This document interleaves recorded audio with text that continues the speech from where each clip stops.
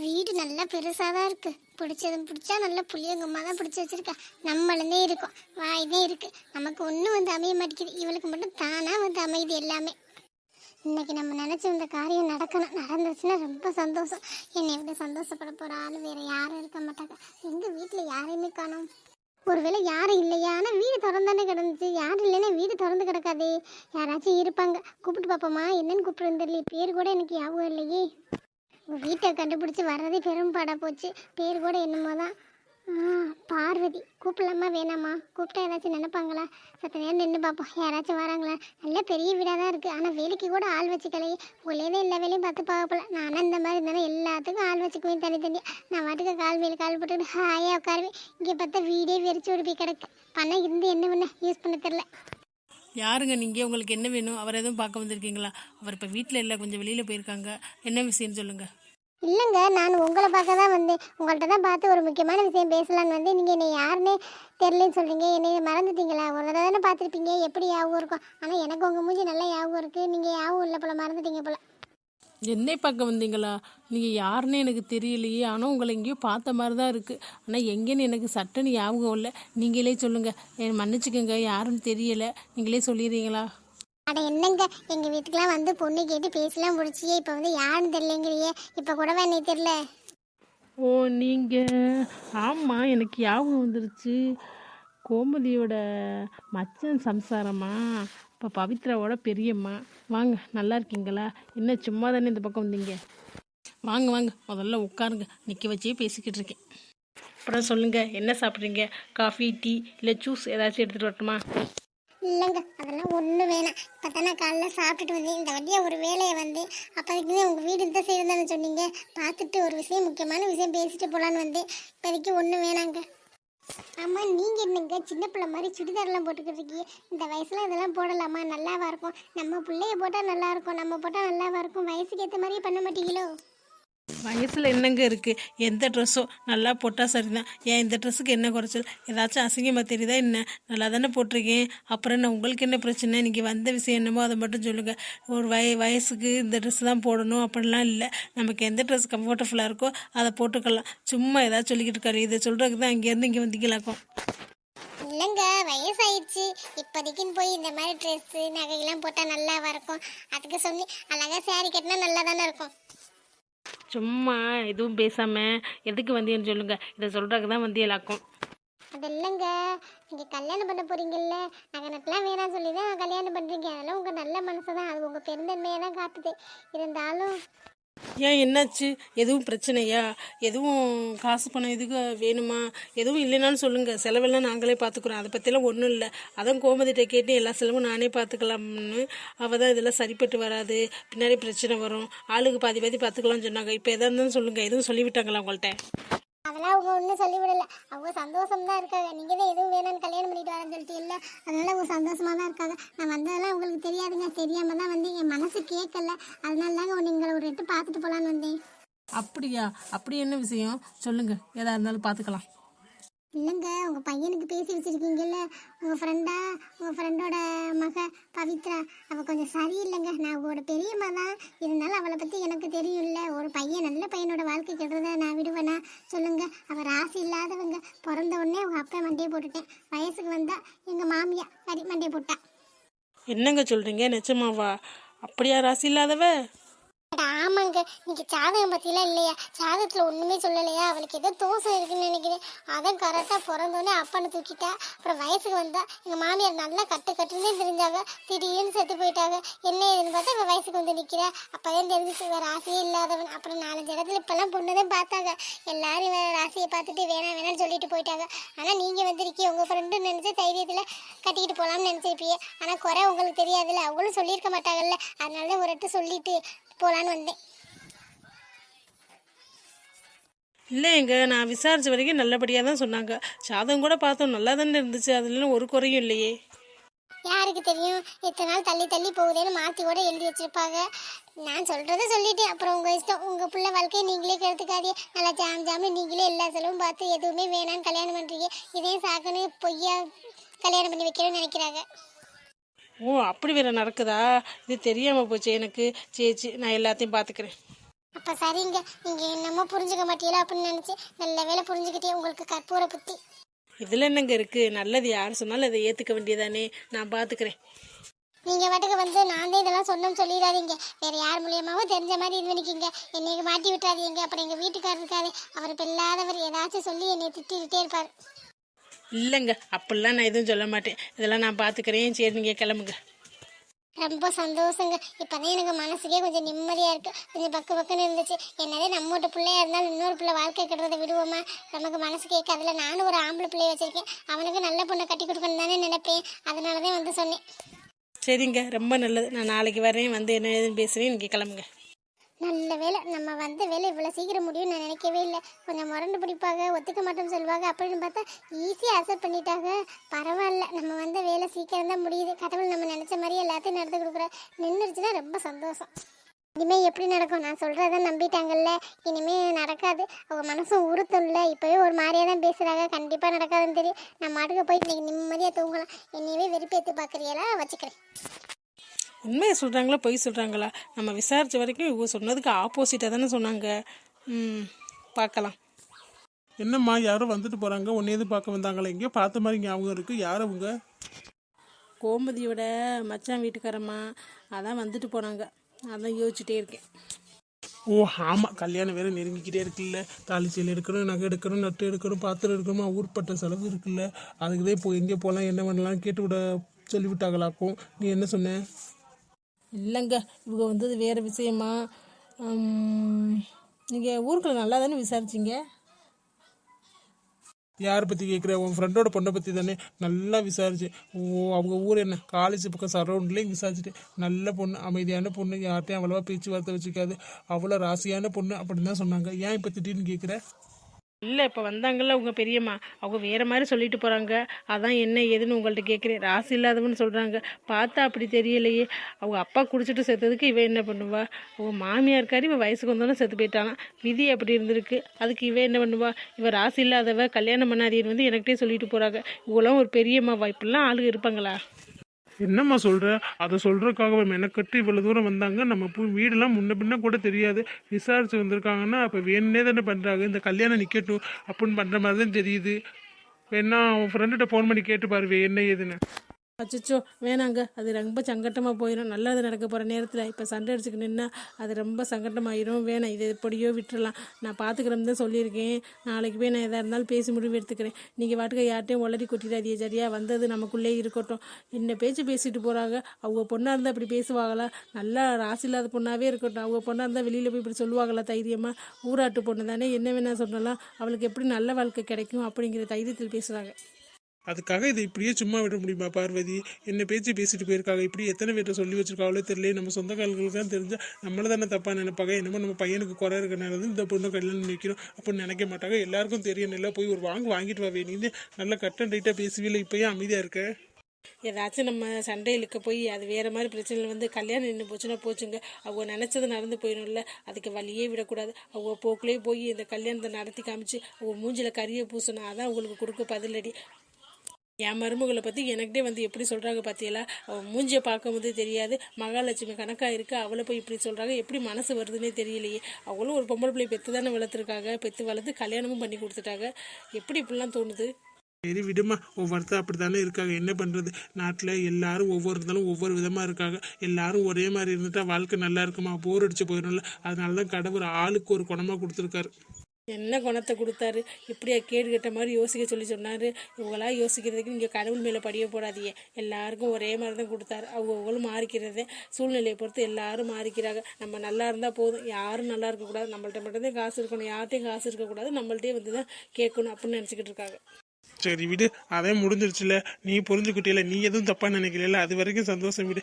நீ வாட்டுக்கு அவங்க சொன்னதை நம்பி ஏதாச்சும் பிரச்சனை பண்ணியிருந்தாலே எனக்கு சங்கட்டமாக இருந்திருக்கும். நீ புரிஞ்சுக்கிட்டே இல்லை, அது வரைக்கும் போதும். நான் கூட நம்பியிருப்பேன். ஆனால் முன்னாடியே அவங்க ஒரு பேச்சு பேசினாங்க பற்றியெல்லாம், என்ன சுடிதார் போட்டுக்கிட்டு இருக்கே, வயசுக்கு ஏற்ற ட்ரெஸ்ஸு போட மாட்டீங்களா, இதெல்லாம் ஒரு ட்ரெஸ்ஸா அப்படின்னு சொல்லி என்னையும் ஒரு மாதிரி பேசுகிறாங்க. அதே பிடிச்சி ஒரு வாங்கி விட்டுட்டேன். வயசில் என்ன இருக்குது, ட்ரெஸ்ஸு எந்த ட்ரெஸ்ஸு வேணால் போடலான்னு அப்போவே தெரிஞ்சிருச்சு அவங்க குணம் எப்படின்னு. சரி விடுமா, இந்த உலகத்தில் எல்லாரும் அப்படி தானே நீ சொன்ன மாதிரி சூழ்நிலைக்கு ஏற்ற மாதிரி மாறிக்குவாங்க. நம்மளும் அவங்களுக்கு ஏற்ற மாதிரி அட்ஜஸ்ட் பண்ணி வாழ்ந்து தான் ஆகணும். இல்லைன்னா நம்ம இங்கே இருக்க முடியுமா? ஆமாங்க, அதுவும் கரெக்டு தான். எல்லாரும் ஒன்றா தானே வாழணும். நாயும் ஒன்றாதே தெரியுது, பேயும் ஒன்றாதே தெரியுது. எல்லாத்துக்கும் வேறு வேறு இடமா இருக்குது. எல்லாம் ஒரே இடத்துல தான் வாழ்ந்தாகணும். என் மருமகளை பற்றி எப்படி பேசுகிறாங்க? கல்யாணம் முடியட்டும், அதுக்கப்புறம் போட்டு கொடுத்துட்றேன். கல்யாணம் ஆகிறதுக்கு முன்னாடியே மருமக மேலே இப்படி பாசமா? இப்போ நல்லா பாசமாக தான் இருக்க. கல்யாணத்துக்கு அப்புறம் தான் என்ன சண்டை வரப்போதோ தெரியல. நான் எப்படி முழிப்பேன் எங்கள் அம்மாட்டையும் உனக்கிட்டையும் நடுவில்? அதே மாதிரி தான் என் மகனும் முழிக்க போகிறேன். நான் ஒன்றும் உங்கள் அம்மா மாதிரிலாம் என் மருமகளை நடத்த மாட்டேன். என் மருமகளை தாங்குவேன். ஒரு வேலை சொல்ல மாட்டேன். அவள் இஷ்டம்னா பார்க்கட்டும், இல்லைன்னா இருக்கட்டும். நான் ஒரு அத்தை மாதிரி நடந்துக்க மாதிரி, இன்னொரு அம்மா மாதிரி நடந்துப்பேன். அவளை எப்படி பார்த்துப்பேன்னு பாருங்கள். அப்போ தான் தெரியும் நம்ம அம்மாதே இவளை ரொம்ப கஷ்டப்படுத்திடுறாங்க அப்படின்னு நீங்கள் நினைப்பீங்க. பாருங்களே, கல்யாணத்துக்கு முன்னாடி எல்லா அம்மாவும் இப்படி தான் சொல்லுவாங்க. எங்கள் அம்மாவும் அப்படி தான் சொல்லிக்கிட்டு இருந்துச்சு. ஆனால் கல்யாணம் ஆனதுக்கப்புறம் அப்படியே டோட்டலாக மாறிடுவாங்க. அதே மாதிரி தான் நீனு மாற போகிற. வேணா நான் சொன்னதை ஞாபகம் வச்சுக்க. நீ மாறியா இல்லையான்னு பாரு. பார்க்கலாம். உடனே சும்மா சொல்லிக்கிட்டு இருக்காதியே. போங்க, நான் வெளியில் போகிறேன், கோயிலுக்கு போயிட்டு வந்துடுறேன். சரி கிளம்பி போயிட்டு வா. அப்புறம் யார்ட்டையும் சொல்கிற வேலை வச்சுக்காதீங்க. நீ சொல்லிட்டு இல்லம்மா, நீ சொல்லி நான் என்ன கேட்காம இருந்தேன்? அப்போல்லாம் நான் மூச்சே விட மாட்டேன். நீ கிளம்பு. ஆயா, நான் உன்னை வீடு பூரா தேடிக்கிட்டு இருக்கேன், இங்கே வந்து உட்காந்துருக்கியாக்கும். நீ எதுக்கு என்ன தேடுற? நான் தான் உன்ட்ட பேச மாட்டேன்ல. நீ எதுக்கு என்ன பேசிக்கிட்டு இருக்க? போ வேலையை பாரு. பேசாதன்னு சொல்லாலும் டெய்லி வந்து என்ன பேசிக்கிட்டே இருக்க. என்ன எத்தனை நாளைக்கு அதே நினச்சிக்கிட்டு இருக்கேன்? அதே கல்யாணம் தான் நின்று வச்சுல, அப்புறம் என்ன ஜாலி ஆயிடுவே. இன்னும் கோவத்தில் இருக்காங்க பார்த்தே என்னமோ. ஆமாடி, படிச்சு சொன்னதுக்கு நான் சொன்னதை கேட்கவே இல்லை. உன் ஃப்ரெண்ட்ஸ் மட்டும் இல்லைன்னா என்ன இருக்கும்? அதை நினச்சா இன்னும் எனக்கு பதன்னு இருக்கு. நான்லாம் உன்ட்ட பேச முடியாது, போ. சரி விடுயா, இதெல்லாம் சகஜம் தானே. விடு. நானும் டெய்லியும் உன்ட்ட வந்து பேசுகிறேன். நீனும் பேச மாட்டேன்னு சொல்லிட்டு திட்டிட்டு 4 வாரத்தை என்கிட்ட பேசிக்கிட்டு தான் இருக்கேன். இதில் நீங்கள் பேசாமல் இருக்கணும்னு சொல்லிக்கிறீங்களாக்கும். இதே பிடிவாதமா? என்ன பண்ணி தொலைக்கிறது? என் மகளை இருந்தால் கூட பேசாமல் அப்படியே மூஞ்சி திருப்பிட்டு போயிடும். என்ன கேட்டாலும் நீயா போயிட்டா, என் பேத்தியா போயிட்டில, பேத்திட்ட போய் வீம்பை காட்ட முடியுமா? என்னதே திட்டினாலும் பண்ணினாலும் நீங்கள் தானே நாளைக்கு தூக்கி போட போறியே. அதனாலதே. என்னடி, என்ன ஆஃபீஸ் கிளம்பலையா? இப்படி சுற்றிக்கிட்டே திருற? இல்லையா, நவீன் இன்னைக்கு வெளியில் கூட்டி போகிறேன்னு சொன்னாங்க. அதான் வெளில போகலான்னு சொன்னேன். அம்மா ஒரு நாள் பார்க்கணுன்னு சொன்னாங்க. எல்லாம் ஒன்றால தான். நீங்கள் தானே எல்லாத்தையும் எடுத்து கொடுத்த. இப்போ எல்லாம் கரெக்டாக ஆயிடுச்சு. நான் வாட்டுக்கு ஃப்ரீயாக சுற்றிக்கிட்டு இருக்கேன். எனக்கு பிடிச்ச மாதிரி வாழ்க்கை அமைய போகுது. உனக்கு தாயா ரொம்ப தேங்க்ஸ் சொல்லணும். ஆமாம், எல்லாத்தையும் நல்லா வழி பண்ணி கொடுத்தா இப்போ வந்து தேங்க்ஸ் சொல்லுவீங்க. போ, நல்லா ஊர் சுற்றிக்கிட்டே திரி. முன்னாடி ஆஃபீஸ் கதையை கிடப்ப இப்போ தான் நல்லா ஊர் சுற்றிக்கிட்டே திரிற போல. என்னையா சுற்றக்கூடாதா? சரி போ, நான் ஆஃபீஸ்க்கே போகிறேன். எங்கேயும் நான் போகல.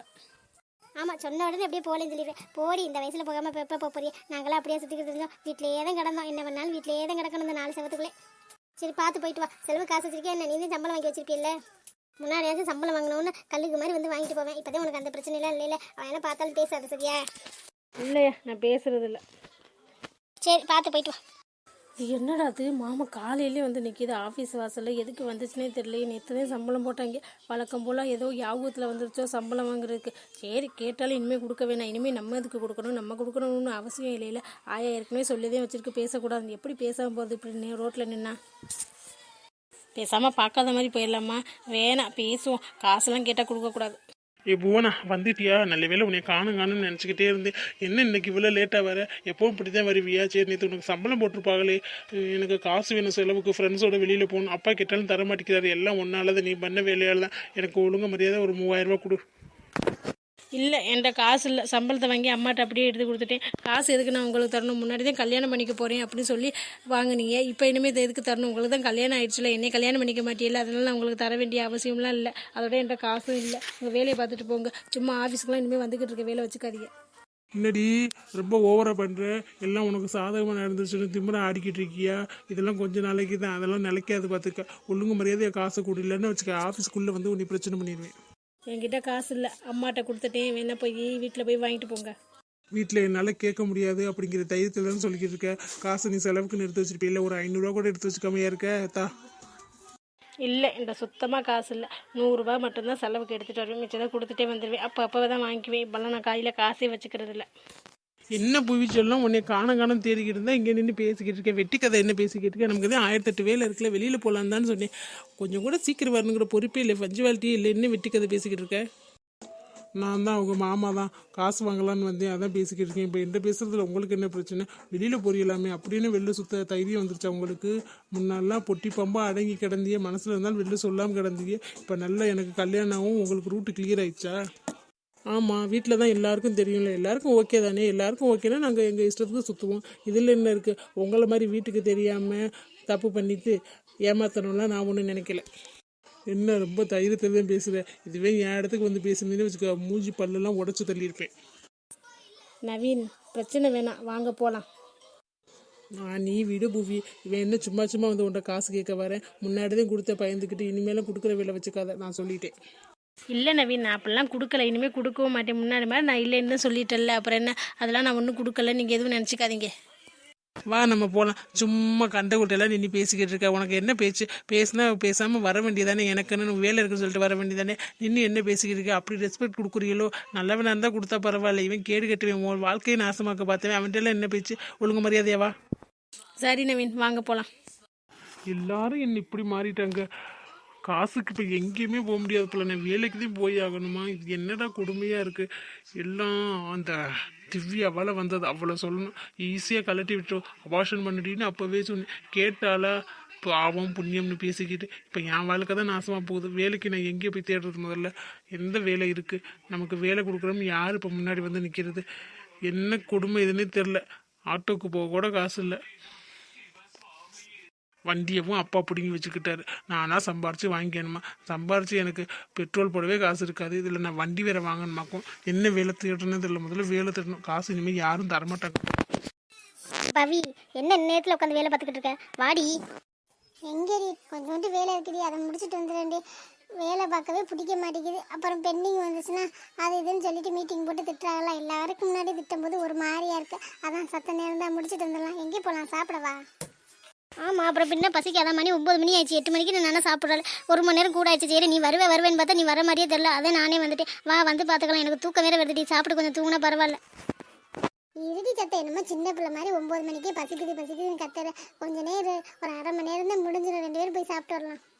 இன்னும் ஒரு அரை மணி நேரம் கழிச்சு போனால் கிச்சன்லாம் கழுவி பாத்திரத்தெல்லாம் கழுவி கவுத்து வச்சிருப்பாங்க. அதை வேணா போய் பார்த்துட்டு வரலாம். சாப்பிட்டுலாம் வர முடியாது. ஆஃபீஸில் போய் வேலை பார்க்குறதுல பிரவீனோட ஏதாச்சும் பேச வேண்டியது, இல்லைன்னா எங்கேயாச்சும் சுத்த போக வேண்டியது. அப்புறம் நைட்டு முழுக்க வந்து கடமை கண்ணியமுற மாதிரி அப்படியே வேலை பார்த்து கிளிக்க வேண்டியது. ஏன் நீங்கள் மட்டும் எங்கள் அண்ணன் கூட ஊர் சுத்தாமல் இருக்கீங்களோ? நல்லா தானே ஊர் சுற்றுறேன். ஊர் சுற்றிட்டு நீ எப்படியோ வேலையை முடிச்சிடுற. நான் அசால்ட்டாக இருந்திருந்தேன், அதனால தான் இப்படி உட்காந்துருக்கேன். நாங்களாம் ஊர் சுற்றினாலும் கடமைன்னு வந்தால் வேகமாக எக்ஸ்பிரஸ் வேகத்தில் செயல்படுவோம். நீ அப்படி இல்லையே, சோப்பிலாங்கி நேரில் இருக்கேன். ஆமாம், நான் சோப்பிலாங்கிதேன். ஃப்ரெண்டுக்காக இதை ஹெல்ப் கூட பண்ண மாட்டேங்கிறேன். நீனா ஒரு ஃப்ரெண்டாக சாப்பிட மட்டும் கூப்பிட்றேன். எனக்கு வாங்கிட்டு வரியா? இங்கேயே உட்காந்து சாப்பிட்டுக்கலாம். எம்மா தாயே, நீ வா தாயே, என்னை பட்டினி போட்டு கொள்ளாத தாயே. நானும் பசி தாங்க மாட்டேன். அப்புறம் காலையில் சாப்பாடு 8 மணிக்கு மேலே தான் கிடைக்கும். அது கூட எனக்கு உயிரே போயிடும். நான் காஃபி கூட குடிக்க மாட்டேன்னு உனக்கு தெரியும்ல. நானும் தான் காஃபி குடிக்க மாட்டேன், ஆனால் நான் பால் குடிப்பேன். நீ அதுவும் குடிக்க மாட்டேன். அதுக்கு நான் ஒன்றும் பண்ண முடியாது. சரி வாடி, உனக்கு ப்ராஜெக்ட் தானே முடிச்சு தரணும். நானே முடிச்சு தரேன். வந்து பசி கொடுமைக்காக என்னென்னலாம் பண்ண வேண்டியிருக்கு. வா, நானே பண்ணி தரேன். அப்போ நீனே எனக்கு பண்ணி தரியா? இதை முன்னமே சொல்லியிருந்தா நான் 8 மணிக்கு உன்னை சாப்பிட கூட்டிகிட்டு போயிருப்பேனே. நீ பண்ணி தர மாட்டேன்னு நினச்சி நான் முதல்ல கேட்டேன். நீ ஒரு மாதிரி இழுத்த. சரி, நம்மளே செஞ்சுக்கோம்னு இவ்வளோ நேரம் உட்காந்துருந்தேன். நீ முன்னமே சொல்லியிருக்கலாம்ல. சரி, பாதி வேலையை முடிச்சு விட்டேனே. முழு வேலையை நீனே பார்த்துருப்பியே. ஆமாடி, பாவம் புண்ணியத்துக்கு பண்ணி தரது உங்களுக்கு முழுசாக எல்லாத்தையும் பண்ணி தருவாங்க. ஏன் ஒரு வாரம் அப்படியே பெண்டிங் வைவே, எல்லாத்தையும் நானே பார்த்து தரேன். சீ, அந்த அளவுக்குலாம் நான் கொடுமைக்கறி கிடையாது. இந்த மாதிரி அப்பப்போ சின்னமாக வைக்கிறேன். அதை மட்டும் நீ முடிச்சு தந்துரு என் செல்லில். அப்போ தான் நீ எப்போல்லாம் சாப்பிட டைமுக்கு கூப்பிடு, அப்போல்லாம் டைமுக்கு வரும். இல்லைன்னா இதே மாதிரி இழுத்தடிப்பேன். ஓ, இழுத்தடிப்பீங்களா? சரி, இதே லாஸ்ட்டு. அதுக்கப்புறம் நீ வரலன்னு வச்சுக்கவே, போடி நான் வாட்டுக்கு போயிடுவேன். அப்புறம் சாமத்தில் பசிக்குதுன்னு சொல்லி நீ தான் போட போவேன். எனக்கு ஒன்றும் பிரச்சனை இல்லைப்பா. நீ செஞ்சாலும் செய்வேன். சரி, இன்னைக்கு முடிச்சு தரேன் நீ, அதுவே போதும். நாளைக்கு பிரச்சனை அதை அப்புறம் பார்த்துக்கலாம். இன்னைக்கு பிரச்சனை முடிஞ்சிச்சுல, அது வரைக்கும் சந்தோஷம். ஆமாம், இன்னைக்கு என்ன சாப்பாடு? இன்றைக்கி காய் சாப்பாடு, வெங்காய பக்கோடா, வெங்காய ரைத்தா எல்லாமே வச்சுருப்பாங்க. அடி பாவி, இப்போதையும் சொல்கிறேன். எனக்கு பிடிச்ச சாப்பாடு காய் சாப்பாடு பிடிக்கும்னு தெரியல. வா வேமா போகலாம். காலியாகாமல் இதை முன்னாடியே சொல்லியிருந்தா நான் வேலையெல்லாம் போட்டு ஓடியாந்துருப்பேனே. நான் பசி தாங்க மாட்டேன்னு சொல்லிட்டு என்ன சாப்பாடு சொன்னாலும் என்ன வேகத்தில் வரான்னு பாரு. இவளுக்கு என்ன சாப்பாடு சொன்னாலும் பசிக்கவே ஆரம்பிக்கும். நல்லா இல்லாத சாப்பாடுனா வயிறு கம்முன்னு இருந்துக்கும். நல்லா இருக்க சாப்பாடுனா திடீர்னு வயிறு பசிக்க ஆரம்பிச்சிடும். என்னதான் பிள்ளையப்போ.